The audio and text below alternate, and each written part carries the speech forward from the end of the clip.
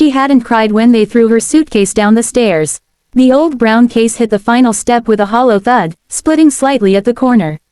A few baby clothes, tiny socks she had secretly bought weeks earlier, spilled onto the floor like quiet witnesses.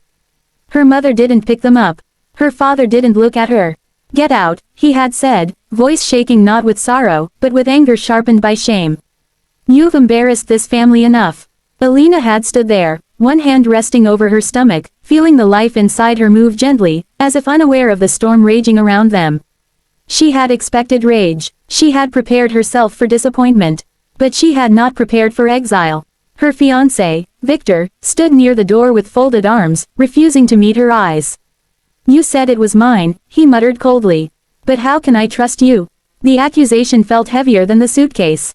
"You're the only one," she whispered. "You know that. But fear makes cowards of many men." And Victor had already chosen the easier path, the one that didn't involve responsibility. Her father opened the door wide. "You leave now," he said. "Or I'll make you." The finality in his tone left no room for pleading. Alina bent slowly, picked up the fallen baby socks, placed them back in the suitcase, and walked out. The door closed behind her. It did not open again. The bus ride to the city took 4 hours. 4 hours of silence, broken only by the hum of tires and the occasional glance from strangers who stared too long at her stomach. She had sold her phone to afford the ticket. Pride had kept her from calling anyone else for help. By the time she arrived, dusk had already painted the sky in bruised shades of purple and gray. The city was larger than she remembered. Colder, louder, and entirely indifferent. She walked for nearly an hour, pulling the suitcase behind her, until her back began to ache. Every hotel she passed looked expensive. Every cafe seemed full of people who belonged. She did not belong anywhere. By nightfall, her last coins were gone, spent on a small bottle of water and a cheap sandwich she could barely swallow. When the cramps started, fear crept into her bones. 7 months. Too early. She couldn't let anything happen to the baby. "Please," she whispered into the dark. "Just stay safe. I'll figure it out." The park bench was not a choice. It was the only option. It stood under a flickering street lamp near the iron gates of a quiet park on the edge of the city center. Fallen leaves covered the ground like a brittle blanket. She lowered herself carefully, wincing as pressure shot through her lower back. The cold wood felt unforgiving beneath her. She pulled her thin coat tighter and curled around her belly. For a while, she simply listened, to distant traffic, to footsteps fading in the distance, to the wind weaving through bare branches. She thought about her childhood bedroom. About the way her mother used to braid her hair. About how Victor once promised they would paint the nursery yellow. Promises. They break more easily than bones. Hours passed. The temperature dropped further. Her teeth began to chatter uncontrollably. She tried to stay awake, afraid that sleep might bring danger, but exhaustion eventually claimed her.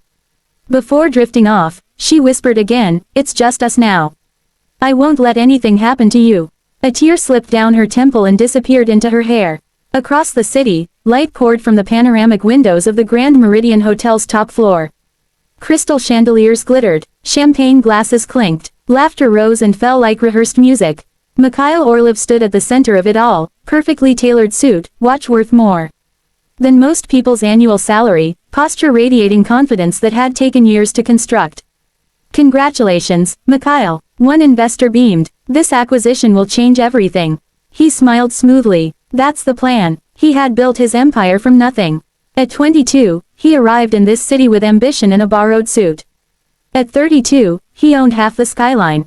Real estate, tech startups, international partnerships. His name carried weight, respect, power. And yet, as applause surrounded him, something inside felt strangely hollow. He caught his reflection in the glass, sharp features, controlled expression, eyes that had learned not to linger on regret. But tonight, regret lingered anyway. When the party finally wound down, he refused offers to continue celebrating. "I have an early morning," he said. It was a lie. He simply didn't want noise. The black luxury sedan waited outside. As it pulled away from the hotel, the city lights blurred past like fleeting memories. His driver, Sergei, kept his eyes forward. "Home, sir." Mikhail hesitated. "Home." A penthouse filled with designer furniture and silence. "Yes," he answered finally. The car slowed near a red light beside the park gates. And that was when he saw her. At first, she was just a shape in the shadows. Then the street lamp flickered brighter. And he saw the curve of her body. The unmistakable swell of pregnancy. Alone, on a bench, something tightened in his chest. He leaned forward slightly. Stop the car. Sergei blinked. Sir, stop. The car eased to the curb. For a second, Mikhail simply stared. People slept on streets every night. It wasn't rare. It wasn't his responsibility. But something about her posture, curled inward, one arm protectively wrapped around her stomach, felt painfully familiar. As if he had seen that silhouette before. As if memory itself had taken human form. Before he could reason himself out of it, he stepped out. The night air was sharp, biting against his skin. Each step toward the bench felt heavier than the last. Up close, he saw strands of dark hair tangled against her cheek. Her face was pale, too pale, and then she shifted slightly in her sleep. Her coat slipped open just enough for the streetlight to catch a glint of silver at her neck. A small heart-shaped pendant. His breath left him in a rush. He knew that necklace. 10 years ago, on a quiet riverside evening, he had fastened it around a girl's neck and promised her that no matter how far ambition took him, he would always come back. He had believed himself then. He had been poor, but sincere. And that girl, Alina, he whispered. The name trembled in the air. Her eyelashes fluttered. Slowly, her eyes opened. For a moment, confusion clouded them. Then recognition struck. She froze. So did he. The years between them collapsed in an instant. You, she breathed. The word carried disbelief, anger, history. Mikhail's heart pounded so loudly he was sure she could hear it. It's you, he said hoarsely. She pushed herself up slightly, wincing at the effort. What are you doing here? She asked, voice raw. I live here. A humorless smile touched her lips. Of course you do. He noticed the exhaustion carved into her features. The faint shadows beneath her eyes. And the undeniable curve of her stomach beneath the thin fabric. His gaze dropped despite himself. She followed it. Her hand instinctively covered her belly. It's not yours, she said quietly. The words were immediate, defensive, necessary. Mikhail swallowed. I wasn't. You were, she interrupted gently. It's okay. Silence stretched between them, heavy with everything unsaid over a decade. I looked for you, he said. Finally, she gave a soft, tired laugh. Did you? Yes. When? Between signing contracts. The accusation was calm, not loud. That made it worse. He had no answer that didn't sound hollow. I thought you left because you didn't want this life, he admitted. I left because you stopped choosing me. The truth landed cleanly. He remembered those months. How he told himself he was building something, for them. How every delayed call seemed temporary. How success slowly replaced sincerity. Until one day, silence felt easier than explaining why ambition always came first. And now here she was. On a bench, carrying another man's child, alone, guilt wrapped around his ribs like iron. The wind picked up, making her shiver visibly. Without thinking, he removed his coat and draped it over her shoulders. She tensed at first, then, reluctantly, allowed it. You can't stay here, he said softly. I don't have a choice. Yes, you do. She looked up at him. Suspicion flickered in her eyes. I don't want charity. It's not charity. Then what is it? He hesitated. The truth felt fragile. It's me trying not to make the same mistake twice. She studied him carefully, as if searching for the boy she once loved inside the man he had become. Another cramp crossed her face. Sharp, uncontrolled, fear flashed in his eyes instantly. Are you in pain? It's nothing, she insisted, though her voice wavered. It wasn't nothing, and he knew it. The image of her alone on that bench, something happening to her, something happening to the baby. The thought was unbearable. He extended his hand. Come with me, he said quietly. At least for tonight. She stared at his hand. 10 years ago, she would have taken it without hesitation. Now, trust stood between them like a wall. But the wind was merciless. And the child inside her shifted again. Slowly, carefully, she placed her hand in his. Her fingers were ice cold.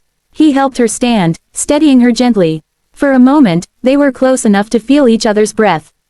So much history, so much damage. As he guided her toward the waiting car, neither of them spoke. The driver opened the door silently. Warm air flooded out. Alina paused before stepping inside.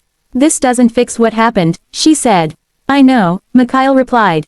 Her eyes searched his face one last time. Then she got into the car. The door closed, and as the vehicle pulled away from the empty park bench, Mikhail glanced back at the spot where she had been lying minutes earlier. If he had taken a different route home. If the light hadn't turned red. If he had looked at his phone instead of out the window. He might have missed her forever. And for the first time in 10 years, the most powerful man in the city felt something stronger than ambition. Fear. Fear of losing her again. The ride to his penthouse was silent. Alina sat rigidly in the back seat, fingers gripping the edge of the leather as if the car itself might vanish beneath her. The warmth felt unreal after the biting cold of the park. Her reflection in the tinted window looked like a stranger, pale, tired, eyes too old for her age. Mikhail sat across from her, close enough to reach out, far enough to feel the distance between them like a physical wall. A decade, 10 years reduced to a few feet of silence. "Are you hungry?" he asked quietly. She hesitated, pride rising instinctively. But the baby shifted again, and her stomach answered with a soft, humiliating growl. "Yes," she admitted. He nodded once. "You'll eat." Not as a command, as a promise. His penthouse overlooked the city skyline, glass walls, soft lighting, marble floors that reflected everything like still water. When the elevator doors opened directly into his living space, Alina froze. This wasn't just wealth, it was another world. For a fleeting second, shame crept into her expression. She felt small in her worn coat and scuffed shoes. Mikhail noticed immediately. "Nothing here matters more than your safety," he said softly. "Remember that." She didn't respond, but her shoulders relaxed, just slightly. He guided her toward a plush sofa. "I'll call my doctor." Her head snapped up. "No hospitals. It's just a checkup." "No," she repeated, fear flashing in her eyes. "I can't afford. You won't pay. I don't want to owe you." The words hung heavy. Mikhail crouched in front of her, lowering himself so their eyes were level. "You don't owe me anything," he said carefully. "If anything, I owe you." Her lips parted slightly, surprised by the sincerity in his voice. He stood and walked toward the kitchen island, signaling to the house staff who had discreetly retreated at their arrival. "Bring soup, warm bread, tea, now." Within minutes, the table was set. Alina stared at the food like it might disappear if she blinked. "Eat," he urged gently. She did, at first cautiously, then with increasing urgency. Mikhail turned away slightly, giving her dignity in the moment. Watching her devour simple food with restrained desperation made something twist painfully inside him. He had attended galas where plates cost more than her monthly rent would have been. And she had been sleeping on a bench. When she finally leaned back, exhaustion crashing over her, he spoke quietly. "What happened?" The question was simple, the answer was not. She closed her eyes for a moment before beginning. "After you left, I stayed in our town. I told myself you'd come back. For a year, I defended you to everyone." Each word carried no bitterness, just fact. "But eventually I had to move on." She explained how she met Victor. How he had been charming at first. Safe, predictable. How she convinced herself that steady was better than passionate. "When I found out I was pregnant, I was terrified," she admitted. "But also, happy." Her hand rested on her stomach again. "I thought maybe this was my second chance at building something real." Mikhail listened without interrupting. "But Victor changed," she continued. "He started coming home late. Avoiding conversations. When I told him the baby was a girl, he didn't smile." Mikhail's jaw tightened. "Then rumors started," she whispered. "About me. About you." He looked up sharply. "About me. Small towns never forget," she said softly. "They remembered how deeply we were in love. Some people even calculated dates." The implication hit him like a punch. "They thought," he began. "Yes," she said, "and instead of defending me, Victor used it as an excuse." Mikhail ran a hand through his hair, frustration radiating from him. "And your parents? They couldn't bear the gossip," she said. "They said I brought disgrace." The room felt colder despite the warmth. "You should have called me," he murmured again, though he already knew she wouldn't accept that. "And say what?" she asked gently. "That I needed the man who once chose ambition over me to rescue me?" He had no answer. Silence settled between them again, but it felt different now, less sharp, more reflective. A sudden wave of discomfort crossed her face. She inhaled sharply. Mikhail was at her side instantly. "Pain, it's just stress," she insisted, but her fingers tightened on his sleeve. "Lie down," he said firmly. He helped her to a guest bedroom, large, quiet, warm. He adjusted the pillows carefully behind her back, movements surprisingly gentle for a man known in business circles as ruthless. "I'm calling the doctor," he said. She didn't argue this time. Within 30 minutes, a private physician arrived. After examination and monitoring, the verdict came. Exhaustion and dehydration, the doctor explained. She needs rest, proper nutrition, calm. Calm, the one thing her life hadn't offered in months. When the doctor left, Alina drifted into deep sleep. Mikhail remained seated beside the bed, watching, protecting, as if by sheer will he could undo the years that had led here. Her face, relaxed in sleep, looked younger, softer, almost like the girl who once laughed by the river and believed in his impossible dreams. He leaned back, memories flooding in. He had loved her, truly, but he had loved success too. And success had won, until tonight. Around 3 a.m., she stirred. Her breathing changed. Then, a sharp cry escaped her lips. Mikhail jolted upright. Another cry, stronger. She clutched her stomach. Mikhail. The way she said his name, fragile, vulnerable, ignited something fierce in him. It's okay, he said, already reaching for his phone. We're going to the hospital. I'm scared, she whispered. I know, he replied, brushing hair from her forehead. But you're not alone. This time, she didn't argue. The hospital lights were blinding. Doctors moved quickly. Nurses guided her away. Mikhail tried to follow but was stopped at the doors. Family only. He froze. Family. The word echoed painfully. I'm with her, he said firmly. After a brief hesitation, and perhaps recognition of who he was, the nurse nodded. Hours passed in a blur of tension. Mikhail paced like a caged animal outside the delivery room. He had negotiated billion-dollar deals without breaking a sweat. But this reduced him to prayer. At dawn, a doctor finally emerged. Mother and baby are stable, he said with a small smile. It was early, but manageable. You have a healthy daughter. The words hit him harder than he expected. A daughter. Relief flooded through him so powerfully he had to grip the wall. Can I see them? He asked. Minutes later, he stepped quietly into the room. Alina lay pale but conscious, a tiny bundle resting against her chest. The baby's hair was dark. Her fingers impossibly small. Alina looked up. Their eyes met. She's perfect, Alina whispered. Mikhail stepped closer. May I? She hesitated only a second before nodding. He carefully took the baby into his arms. He had never held something so fragile. So powerful. The tiny girl opened her eyes briefly. And in that moment, something inside him shifted permanently. She needs a name, he said softly. Alina smiled faintly. I was thinking, Mila. Mila, gentle, strong. He nodded. Mila. Silence settled again, but this time it was warm. Alina studied him carefully. You don't have to do this, she said quietly. Do what? Stay. He looked at the child in his arms. Then at the woman he had once loved and never truly stopped loving. I missed 10 years, he said. I won't miss another day. Emotion flickered across her face. This isn't about guilt. No, he said honestly. It's about realizing that everything I built feels meaningless if I can't protect what matters. Her eyes filled with tears, not of despair, but of something dangerously close to hope. You hurt me, she whispered.